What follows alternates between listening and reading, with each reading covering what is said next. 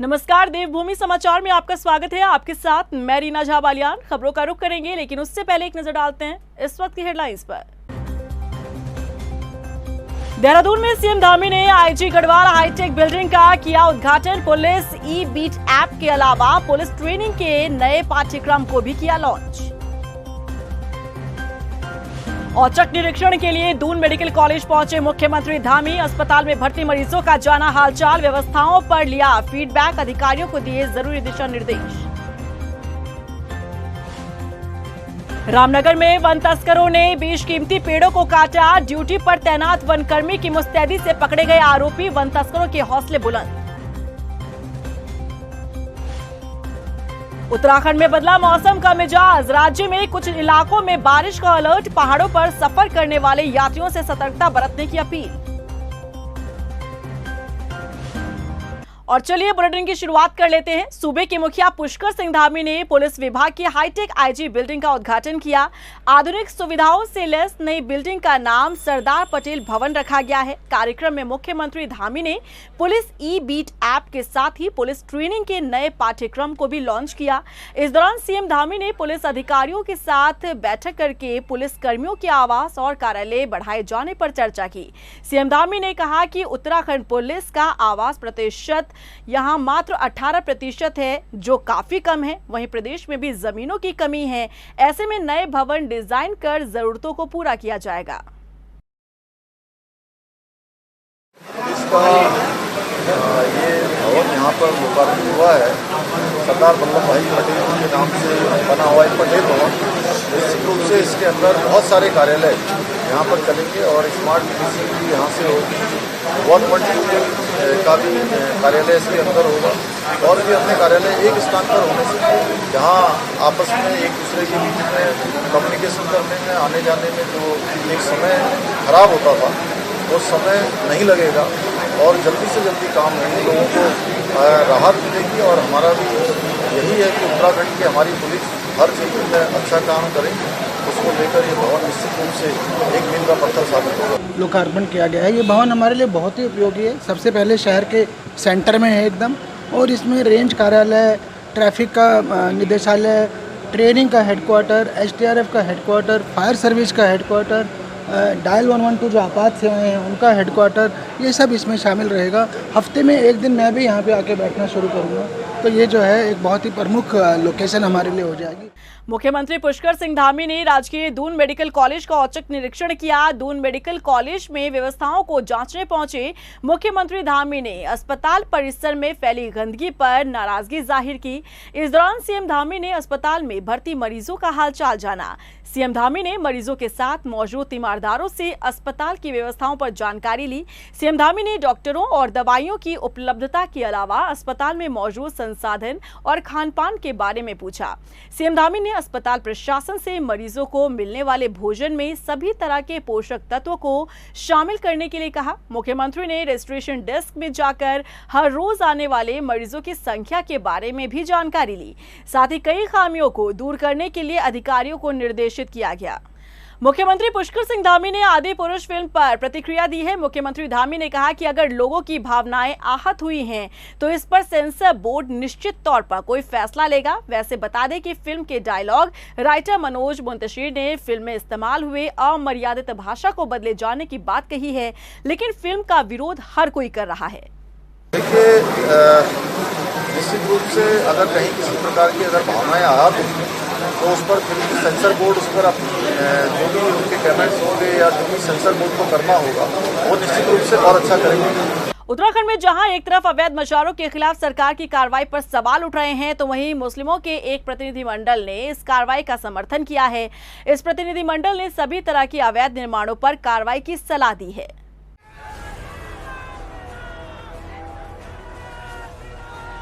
उत्तरकाशी के पुरोला में कथित तौर पर लव जिहाद का मामला हो या फिर धर्म स्थलों के नाम पर किया गया अतिक्रमण, जिस पर लगातार धामी सरकार की कार्रवाई जारी है। बीते कुछ समय से राज्य के भीतर बिगड़ते माहौल को देखते हुए मुस्लिम प्रतिनिधिमंडल ने प्रदेश के मुखिया पुष्कर सिंह धामी से मुलाकात की। इस मुलाकात में राज्य के हालात को लेकर प्रतिनिधिमंडल ने अपना पक्ष रखा, जिस पर सीएम धामी ने आश्वासन दिया। वहीं सरकार की कार्रवाई को लेकर मुस्लिम प्रतिनिधि मंडल भी कई हद तक सरकार के समर्थन में नजर आया। माननीय मुख्यमंत्री जी से बहुत अच्छे माहौल में बात हुई, हर इशू पे चर्चा हुई। जो यहाँ पर चाहे वो मज़ार तोड़ने वाले की जो खबरें आ रही हैं उसके ऊपर इशू है, या जो लव जिहाद वर्ड यूज़ किया गया उसके ऊपर इशू पर चर्चा हुई। इसके अलावा कंक्लूजन हमारा ये सजेशन हमारा ये रहा माननीय मुख्यमंत्री जी को, और उनकी तरफ से ये पॉजिटिव रिस्पांस आया कि यहाँ पर हमने जो महसूस किया है कि संवाद की कमी है, समाज के बीच में संवाद ख़त्म हो चुका है, कम्युनिकेशन गैप आ चुका है। हमारा मानना ये है कि दोनों तरफ के तमाम धर्मगुरु बैठें, इंटेलेक्चुअल्स बैठें और बैठ करके तमाम मसाइल पे बात करके एक कॉमन एजेंडा बनाएं। Indian Muslim for progress and reformers के अध्यक्ष का कहना है कि कई दिनों से उनके पास मुस्लिम समुदाय के खिलाफ बिगड़ते हालातों को लेकर संदेश पहुंच रहे थे, जो चिंतित कर देने वाले रहे। ऐसे में उन्होंने सीएम धामी से मुलाकात करने का निर्णय लिया। तो मुख्यमंत्री जी की तरफ से एक अच्छा आश्वासन ये आया है कि एक तो धर्मगुरुओं की और इंटेलेक्चुअल्स की चूँकि ट्रस्ट डेफिसिट है, और ट्रस्ट डेफिसिट के हमारे दोनों समुदाय के बीच कम्युनिकेशन का डेफिसिट है। इसमें भी दो तरीके के लोग हैं और दो तरीके के ये जो धार्मिक स्थल हैं। एक जो अभी कुछ दिनों में कहीं इधर उधर से आके बसे हैं, वो अभी लोकल जो समाज के साथ एडजस्ट नहीं कर पाए हैं, तो उनके जो काम है वो एक तरीके से आम समाज में गलतफहमी फैलाने वाले भी हो सकते हैं। दूसरा, जो कुछ लोगों ने ज़मीन हड़पने के लिए जैसे भी अपनी कुछ स्थापित करने के लिए मिट्टी डाल वाल के बना के बैठ गए हैं, तो ऐसे लोगों पे जिन पे न तो कोई डॉक्यूमेंट्स हैं और ना ही कोई एक वैधानिक लीगल तरीके से है, उस पर कार्रवाई करना बनता है, उसमें कोई दिक्कत नहीं। सरकार के काम का समर्थन जिस तरह से मुस्लिम प्रतिनिधि मंडल ने किया है, ऐसे में बीजेपी का कहना है कि ये उदाहरण है कि राज्य की धामी सरकार सबको साथ लेकर काम कर रही है।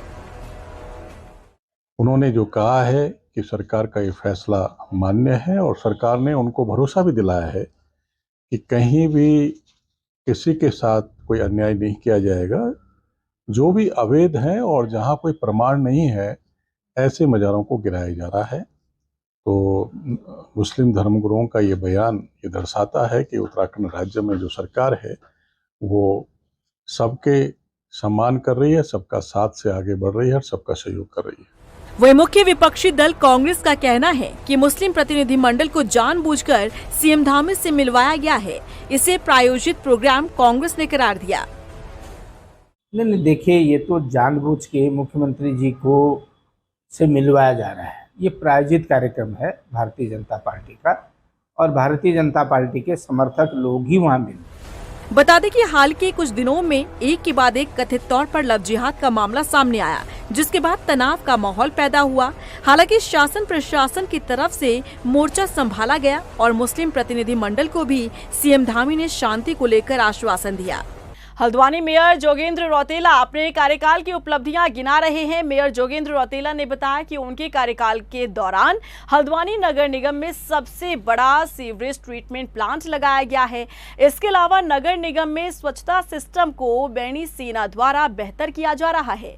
और मेयर ने बताया कि शहर को सुंदर बनाने के लिए 2200 करोड़ की घोषणा प्रधानमंत्री नरेंद्र मोदी द्वारा की गई है और 750 करोड़ के लिए जल्द टेंडर प्रक्रिया शुरू होगी, जिससे विकास योजनाएं धरातल पर उतारी जाएंगी। पेयजल पुनर्गठन हो, सीवर लेइंग हो, सीवर ट्रीटमेंट प्लांट हो, घर घर में कूड़ा उठाना हो, डोर टू डोर कलेक्शन हो, mining bio mining of legacy waste हो, और स्थापना संबंधी कार्य हो, पार्कों का निर्माण हो, इत्यादि इत्यादि कई कार्य, बैडी सेना का फॉर्मेशन हो, अंडरग्राउंड डस्टबिन जिसमें बेस्ट प्रैक्टिसेस मिला उसकी बात हो, या वर्तमान में बैडी सेना को 50 बेस्ट प्रैक्टिसेस में नॉमिनेट किया है उसकी बात हो। तो ऐसे अनेकों कार्य करने का अवसर सभी ने प्रदान किया। मैं सभी सम्मानित पार्षदों को भी धन्यवाद देता हूं कि उनके द्वारा सदैव सहयोग किया जा रहा है। उधर उत्तरकाशी में तराकोट गांव के ग्रामीण पेयजल की किल्लत को लेकर परेशान हैं। नाराज ग्रामीणों ने उप जिलाधिकारी के साथ ही जल संस्थान के अधिशासी अभियंता के खिलाफ प्रदर्शन किया। ग्रामीणों ने बताया कि वो पिछले कई सालों से पेयजल संकट से जूझ रहे हैं और लिखित और मौखिक शिकायत के बावजूद भी अभी तक संज्ञान नहीं लिया गया। हालांकि अब उप जिलाधिकारी ने टीम गठित कर समस्या के समाधान के लिए ग्रामीणों को आश्वासन दिया है।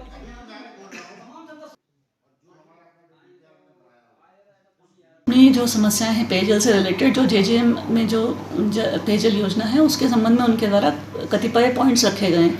तो जैसे 4 टैंक्स बनाने के लिए लोग कह रहे हैं कि उनको 4 टैंक्स की आवश्यकता है, तो इन्होंने डीपीआर में 4 टैंक्स नहीं रखे, कम टैंक्स रखे हैं। तो इस चीज़ पे जितने भी और भी बिंदु उन लोगों ने बताए, तो इन सब बिंदुओं के ऊपर जो एक्शन है उनके द्वारा एई और जो 2 जेईज हैं उनकी एक टीम गठित कर दी गई है। इसमें हमारे रेवेन्यू के लोग भी जाएंगे और मौके पे जाकर ग्रामीणों की जो समस्याएं पॉइंट वाइज उनको एड्रेस करेंगे और जो उसमें हो सकता है उसमें डीपीआर में उसको इनकॉर्पोरेट करें। लोहाघाट में जंगलों में लगी आग रोसाल क्षेत्र में मौजूद सरस्वती शिशु मंदिर स्कूल तक पहुंच गई है। गनीमत ये रही कि स्कूल में गर्मी की छुट्टियों के चलते कोई मौजूद नहीं था। वहीं वन अग्नि की वजह से वन विभाग को काफी नुकसान हुआ है। लगातार बढ़ रही तपिश के कारण वन अग्नि की घटनाओं में इजाफा हो रहा है। हालांकि वन कर्मी आग बुझाने के लिए हर मुमकिन कोशिश कर रहे हैं, लेकिन मैन पावर और संसाधनों की कमी के चलते उनकी कोशिश नाकाफी है।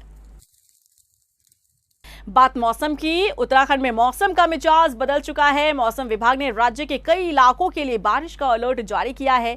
मौसम विभाग के मुताबिक उत्तराखंड में 21 और 22 जून को प्री मानसून दस्तक देगा। वहीं 25 जून को मानसून आ जाएगा। हालांकि प्री मानसून की वजह से कुछ हद तक तापमान में गिरावट दर्ज की जाएगी। मौसम विभाग ने चारधाम यात्रा में आने वाले श्रद्धालुओं के साथ पहाड़ों पर सफर करने वाले यात्रियों के लिए यहां पर सावधानी बरतने की सलाह दी है और हमारी भी अपील है कि चारधाम यात्रा में आने वाले श्रद्धालु मौसम का अपडेट लेकर जरूर यात्रा करें। तो पहाड़ों में आप कह सकते हैं आज 19 को स्कैटर्ड लाइट से मॉडरेट जो एक्टिविटी वो रहेगी। मैदानी क्षेत्रों में जहाँ तक बात है तो उसमें मैं कहूँगा कि आइसोलेटेड एक्टिविटी का जगह में मैदानी क्षेत्रों में भी मिलेगी। जो हमारे हरिद्वार है या फिर उधम सिंह नगर डिस्ट्रिक्ट है, देहरादून या इसको आप बात करते हैं तो ये तो आपके हिल्स में ही आ जाते हैं, नैनीताल वगैरह जो भी है। तो इसके अलावा फिर अब आगे भी आप जाते हैं तो 20 को में भी बहुत परिवर्तन नहीं है, 21 तक भी बहुत परिवर्तन नहीं है, लेकिन 22 से जो देखेंगे आप जो एक्टिविटी वो बढ़ने वाली है और उसमें खासकर जो फुटिल के अलावा के हमारे डिस्ट्रिक्ट है उसमें बढ़ेंगी और जो अंदर के डिस्ट्रिक्ट है उसमें भी वो रहेंगी। राजधानी देहरादून में गढ़वाल आयुक्त के नेतृत्व में संभागीय परिवहन प्राधिकरण की बैठक हुई। बैठक में परिवहन सेवाओं को लेकर चर्चा की गई, जिसमें परिवहन सेवाओं को लेकर कई जरूरी फैसले लिए गए। वहीं बैठक में विक्रम ऑटो और मैजिक यूनियन अपनी आपत्तियों के समाधान के लिए पहुंचे, जिस पर उन्हें आश्वासन मिला। गढ़वाल आयुक्त महोदय की अध्यक्षता में आरटीए देहरादून की बैठक हुई। इस बैठक के अंतर्गत पूरे संभाग जिसके अंतर्गत टिहरी, उत्तरकाशी, देहरादून और हरिद्वार जिला आते हैं, पूरे संभाग में ट्रांसपोर्ट व्यवस्था के अंतर्गत समीक्षा करी गई। इसके साथ साथ कुछ माननीय उच्च न्यायालय के आदेश थे जिसके अंतर्गत आरटीए को निर्णय लेना था, उस पर भी हम लोगों ने चर्चा करी और उस पर निर्णय लिए हैं। जो मुख्य निर्णय लिए गए हैं इस बार की आरटीए में, नैनीताल पुलिस ने भिक्षा मांगने वाले बच्चों की शिक्षा का बीड़ा उठाया है। पुलिस प्रशासन सड़क किनारे भिक्षा मांग रहे बच्चों के साथ ही लावारिस बच्चों की समाज सेवी संस्थाओं की मदद से गोद लेकर उन्हें शिक्षा दीक्षा दे रही है। एसएसपी पंकज भट्ट ने कहा कि शिक्षा हर बच्चे का अधिकार है और इस पहल के तहत करीब 150 बच्चे गोद लिए गए हैं, जिनका एडमिशन सरकारी और प्राइवेट स्कूलों में कराया गया, जिनको निःशुल्क पढ़ाया जा रहा है। ये डीजीपी महोदय द्वारा भिक्षा नहीं शिक्षा दो करके एक अभियान जो है वो पूर्व से चल रहा है, उसको गति प्रदान की गई है। उसमें 150 बच्चों को लगभग विभिन्न स्कूलों में एडमिशन कराया गया है और इसमें जितने शहर के रिकॉग्नाइज स्कूल हैं उनमें भी स्वयंसेवी संस्थाओं के माध्यम से और विभिन्न जो प्रबुद्ध वर्ग है उनके माध्यम से इनको वहाँ एडमिशन दिलाया गया है। और जो बाकी बचे हुए बच्चे हैं उनके लिए भी पुलिस प्रयास कर रही है कि उनको भी जल्दी से जल्दी स्कूलों में दाखिला कराएं। रामनगर के तराई पश्चिमी वन प्रभाग से पेड़ों के कटान का मामला सामने आया है। मौके पर मौजूद वन कर्मी ने बताया कि उसे पेड़ गिरने की आवाज सुनाई दी। जब वो मौके पर पहुंचा तो कुछ वन तस्कर बेशकीमती पेड़ों का कटान कर चुके थे। वनकर्मी को देखने के बाद आरोपियों ने उसे पकड़ने की कोशिश की, लेकिन सूझबूझ का इस्तेमाल करते हुए वनकर्मी ने 112 पर कॉल कर घटना की जानकारी दी। आरोपी पुलिस के गिरफ्त में हैं। देखिए, ज्वालावन प्लॉट संख्या 7 में 2 पेड़ गिरने की आवाज़ आई और पेड़ की आवाज़ सुन के हम लोग पेड़ की ओर आगे बढ़े तो वहाँ देखा तो 2 पेड़ कटे मिले और वहाँ पे कुछ तस्कर थे जिनको मैं मतलब नाम से जानता हूँ। उन्होंने मुझे देखा, जब उन्होंने मुझे देखा इसने पहचान लिया तो उन्होंने मेरे पे फायरिंग कर दी, एकदम फायरिंग की और मैं वहाँ से भाग निकला। जब मैं वहाँ से भागा तो मुझे चौकी मेरे दूर थी, चौकी में मैं पहुँच नहीं पाता, तो फिर मैं वन निगम का जो कटान चल रहा था जहाँ पे झालों में मैं वहाँ चुका, मैंने वहाँ शरण लेने की कोशिश की, लेकिन क्या हुआ तब जब मैं भागते भागते मैंने अपने उच्च अधिकारियों को भी सूचना दे दी कि ऐसे ऐसे मेरे पीछे पड़ गए हैं ये लोग, और मैंने 112 में ही फ़ोन कर दिया था। उत्तराखंड में एक बार फिर धामी कैबिनेट विस्तार की चर्चाएं जोरों शोरों से चल रही हैं। माना जा रहा है कि बीजेपी हाईकमान की हरी झंडी मिलने के बाद कभी भी मंत्रिमंडल का विस्तार हो सकता है। क्या कुछ समीकरण मंत्रिमंडल विस्तार के हैं और कौन से चेहरे मंत्री पद के दावेदार हैं, देखिए इस रिपोर्ट में। धामी कैबिनेट का जल्द होगा विस्तार, बीजेपी हाईकमान से हरी झंडी का इंतजार। कैबिनेट में कौन होगा इन और कौन होगा आउट? उत्तराखंड में एक बार फिर से धामी कैबिनेट के विस्तार की चर्चाएं जोरों पर है। बीजेपी नेताओं से लेकर कार्यकर्ताओं के बीच चर्चा कैबिनेट विस्तार को लेकर हो रही है। माना जा रहा है कि मंत्रिमंडल विस्तार कभी भी हो सकता है। बता दें कि धामी कैबिनेट में मंत्री पद की 4 कुर्सियां खाली है, जिसको लेकर चर्चाएं गर्म हैं कि कभी भी मंत्रिमंडल का विस्तार हो सकता है। आखिर मंत्रिमंडल विस्तार को लेकर क्या कुछ समीकरण बनते नजर आ रहे हैं, चलिए समझते हैं। धामी कैबिनेट के विस्तार के बीच चर्चा इस बात को लेकर सबसे तेज है कि जिन 3 कैबिनेट मंत्रियों को सरकार वापस आने के बाद ड्रॉप किया गया था, इनमें पूर्व बीजेपी प्रदेश अध्यक्ष और पूर्व कैबिनेट मंत्री बिशन सिंह चौफाल, पूर्व कैबिनेट मंत्री बंशीधर भगत और पूर्व कैबिनेट मंत्री अरविंद पांडे शामिल हैं। अगर कैबिनेट विस्तार होता है तो इन 3 नामों पर भी क्या चर्चा की जाएगी? किसी पूर्व कैबिनेट मंत्री की शायद कैबिनेट में वापसी हो जाए। तीनों पूर्व कैबिनेट मंत्री कुमाऊं से आते हैं, इसीलिए कुमाऊं से तीनों के नाम पर चर्चा हो सकती है। इसके अलावा कुमाऊं से ही सरिता आर्य, राम सिंह केड़ा, मोहन बिष्ट और फकीर राम टमटा के साथ युवा चेहरे के रूप में सुरेश गढ़िया के नाम की चर्चा मंत्री पद के दावेदारों में है। वहीं अगर गढ़वाल की बात करें तो बीजेपी पूर्व प्रदेश अध्यक्ष और पूर्व कैबिनेट मंत्री मदन कौशिक पर भी सभी की नजरें हैं। क्या पार्टी उनको कैबिनेट में जिम्मेदारी देगी? और अगर मदन कौशिक के नाम पर सहमति नहीं बनती है तो हरिद्वार जनपद, जिसके पास फिलहाल अभी मंत्री पद नहीं है, वहां से रानीपुर से विधायक आदेश चौहान और रुड़की से विधायक प्रदीप बत्रा के नाम पर भी चर्चा हो सकती है। सबसे ज्यादा दावेदार देहरादून जनपद से मंत्री पद की रेस में बताए जा रहे हैं। देहरादून जनपद में यदि कोई उलटफेर होता है तो फिर बदले हुए चेहरे देहरादून जनपद से मंत्रिमंडल में शामिल होंगे। राजपुर से विधायक खजान दास मंत्री पद की रेस में सबसे आगे बताए जा रहे हैं, तो वहीं मुन्ना सिंह चौहान, विनोद चमोली और उमेश शर्मा काव का नाम भी मंत्री पद की रेस में बताए जा रहे हैं। वहीं देवप्रयाग से बीजेपी विधायक विनोद कंडारी युवा चेहरे के रूप में गढ़वाल मंडल में भी मंत्रिमंडल में शामिल होने की रेस में बताए जा रहे हैं। बीजेपी के कई विधायक मंत्री पद को लेकर लॉबिंग भी कर रहे हैं। ऐसे में यह हाईकमान ही तय करेगा कि आखिर किन किन चेहरों को मंत्रिमंडल में जगह दी जाएगी। लेकिन जो भी विधायक मंत्री पद को लेकर लॉबिंग कर रहा है, उनके लिए बीजेपी प्रदेश अध्यक्ष महेंद्र भट्ट का बयान उत्साह बढ़ाने वाला है। देखिए, 4 मंत्री पद रिक्त हैं और सारा रिपोर्ट प्रदेश संगठन द्वारा केंद्र को भेज दी गई है। अभी हमारा महासंपर्क अभियान कार्यक्रम चल रहा है। जैसे ही महासंपर्क अभियान हमारा समाप्त होगा, इस बारे में दोबारा चर्चा करनी होगी, हम दोबारा चर्चा करेंगे। वहीं जो विधायक मंत्री पद की रेस में बताए जा रहे हैं, वो भी अब कह रहे हैं कि राजनीति में हर व्यक्ति की महत्वाकांक्षा होती है। रुड़की से बीजेपी विधायक प्रदीप बत्रा तो सीधे कहते हुए नजर आए कि अब समय आ गया है कि मंत्रिमंडल का विस्तार होना चाहिए। राजनीति में जरूरी है, मैं उसको जिसके लिए तो राजनीति नहीं कर सकता, तो अगर पार्टी जिम्मेदारी देगी तो निश्चित रूप से जिम्मेदारी निभाएंगे और प्रदेश की सेवा करेंगे। समय आ गया कि मंत्रिमंडल विस्तार होना चाहिए। देखिए, अभी नेता में मीटिंग चल रही है, केंद्र में मीटिंग चल रही है और निश्चित रूप से विस्तार की चर्चा है और विस्तार होना भी चाहिए। कुल मिलाकर बीजेपी के भीतर इन दिनों मंत्री पद की चर्चाएं जोरों शोरों से चल रही है कि मंत्रिमंडल का विस्तार कभी भी हो सकता है।